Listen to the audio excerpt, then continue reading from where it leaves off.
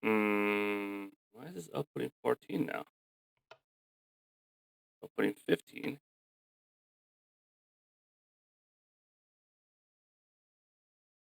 Minecart is full. We should be outputting 0.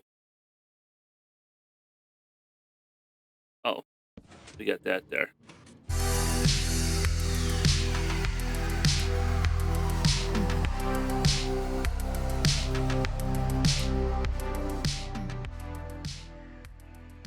Hello there, it's time for another episode from the Adults Play Java Minecraft server. I am your host, Rodrin. In today's episode, we are going to be hard at work building us a source of XP that we can finally count on and that it won't kill us multiple times. We are building a furnace array that will take two different inputs. One from a chest where we can load up ores and cobblestone and all that stuff to smelt. And the other one we will be inputting from a kelp farm output channel directly into the furnace array so that it's continuously smelting kelp to make kelp blocks to use as fuel to, again, fuel the array. So I think we got a pretty exciting episode here in store for us. And that means redstone is involved. Because I love redstone, even though I'm no good at it yet. So we're going to kick over to the creative world to start this circuit design session off. And we're going to build a circuit that will hold a minecart in place until either the input hopper is empty or the minecart is full. So that should be a pretty interesting circuit to build. So catch me after the jump, and I will see you in the creative test world. Okay, and here we are in the creative test world, and we are working on our minecart loading circuit. And our goal here is to load the minecart up from a hopper and wait until that minecart is completely full or the hopper is empty before releasing. There we go. So let's put down some blocks here. And we're going to go 1, 2, 3, 4, 5, up, and up some more. And we will put a cap here so the minecart doesn't go off the rails. Grab some powered rails. That can come out. And we're going to use a fence post to hold the minecart in place like that. And that means we're going to need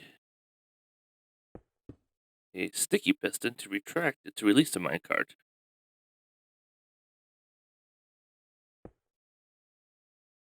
So now, when we power this piston, I'll go ahead and just throw a lever on here real quick to do that.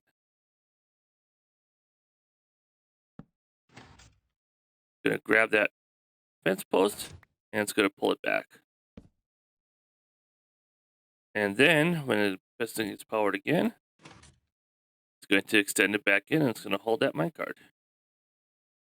Let's get a minecart with chest. And actually this needs to be a detector rail so we can take an input off that chest.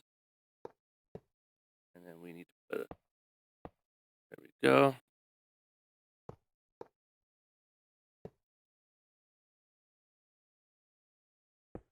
Just put a powered one here. Break and not assign that. Okay. We will extend this.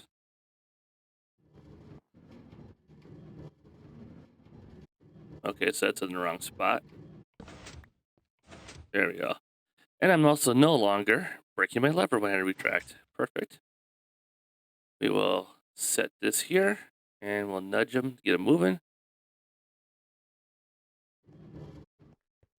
That's being held in place there.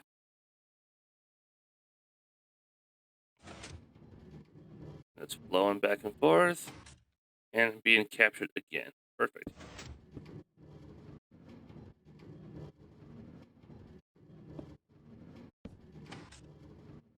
Okay. So now the first thing we need to do is need to detect if this minecart is full. And we're going to do it with a comparator. So the comparator is going to read the status of the minecart. and it's going to output a signal strength equal to the input strength of the rear. So input here, output here. It's going to read, and now the fuller this minecart gets, the stronger the signal strength becomes. So right now we can check to see if we have an output coming off in here. A little redstone dust. And we don't currently have an output because there's nothing in the minecart. But we throw some levers in there, and we check our debug screen.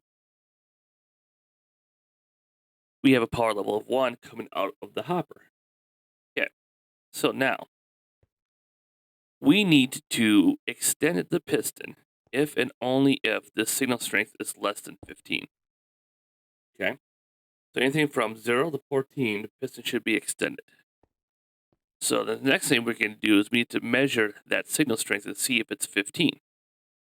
So we're going to put down another converter or a comparator. We have the input running into the side, which means it's going to compare. In actual case, we're going to go in subtraction mode. And we're going to come 1 block away. So we're going to say subtract the signal strength from 14, and then we're going to output that result in the front here. And we'll just put a torch down here because it needs to be always on. Okay, that apparently doesn't like that. Alrighty, torch, there we go. We have power of 15, which means then this should be receiving. Actually, we'll move it back 1 more to be on the safe side. We see 14 going in, so okay, so we have 13 coming out.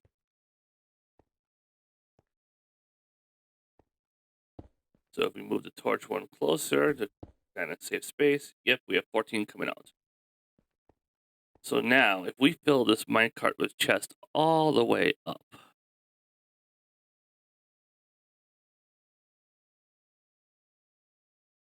very cool. All right, let's go ahead and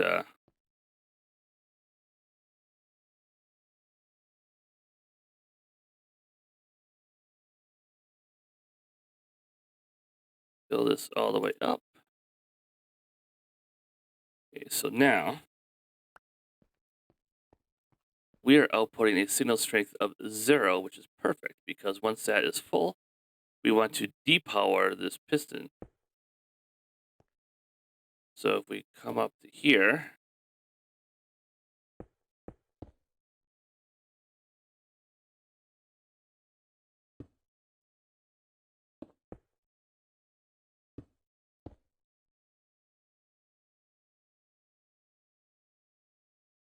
so we got that part done. Now the next step is we need to fill a hopper up and detect if the hopper is empty to also release the minecart.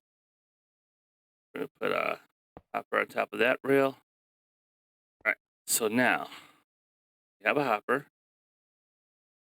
I gotta get my kelp out because that's what we're building this for. Perfect. Okay, so now we need to figure out when this is empty, depower this. So I'm thinking we're probably just going to do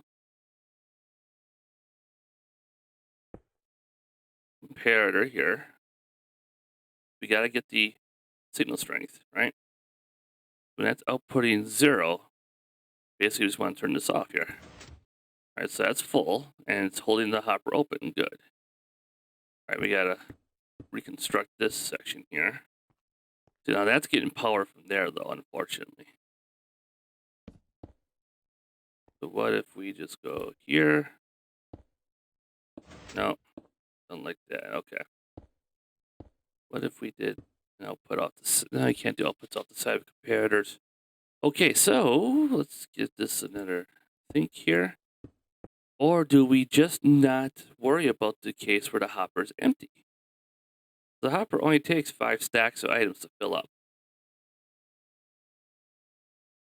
And if there's nothing in the hopper, the minecart won't get anything. So the worst case scenario, the minecart sits there with half a load and doesn't get released. I think it's okay. So let's go back and rebuild the circuit here. All right, so we're going to take an output into the side input.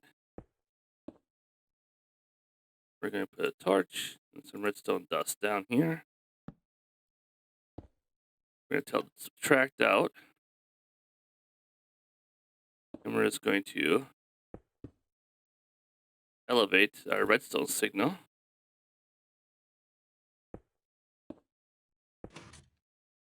Like that. Perfect. Okay. That's going to be held there. That's going to unload into it. Problem, though, is that it's not going to release when this is empty. Oop, come here. Put the comparator here. Put it down the right way. So now what we could do, could bring this signal down. You do a little AND gate.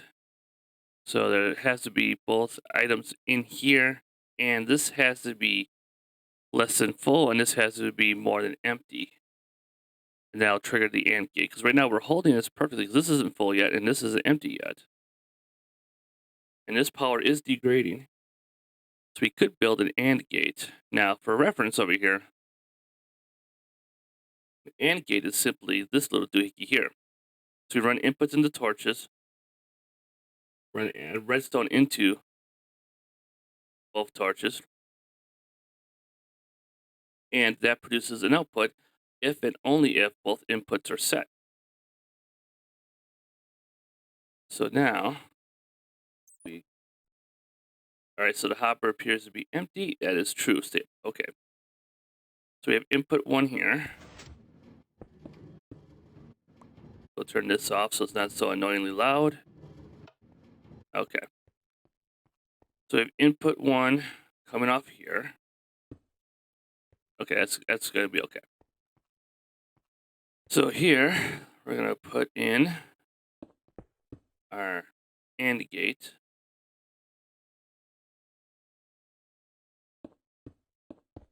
Going to bring the redstone down a little bit further yet.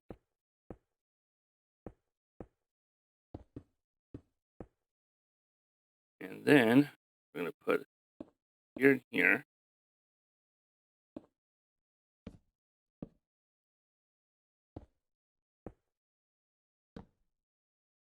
Then we're going to take this output here, drop a line of redstone here. Something tells me this is a NAND gate, not an AND gate. Where is this? Oh, that's getting power from there. That's not good. So now this minecart should automatically release once the hopper runs out of items here. The minecart's not going to be full, but there's going to be no more inputs, so that should happen like as such. And then once we get this prototype working, it's time to condense the circuit down as tightly as we can using our limited knowledge of redstone and see where we end up at. Oh, because we don't have we need a repeater because we're losing signal strength. All right, that's just not. Okay, looks like we might have to, yep, that's why it's not working. Okay. If I did that. Oop, that's not what I want to do. Maybe I could just put the repeater there. No, it's still too much attenuation. Yeah, making these circuits small is pretty challenging endeavor here. All right, so let's go back to, let's just dismantle this for a little bit. Does that? What if I flip this circuit around? I'll put it out this. That's gonna make it harder to get to the logic gate though. And no, that's not gonna work either. What if I put? Nope, torch doesn't work there. No, that ain't working. Okay. I think we might actually have a decent circuit. So that's less than full now.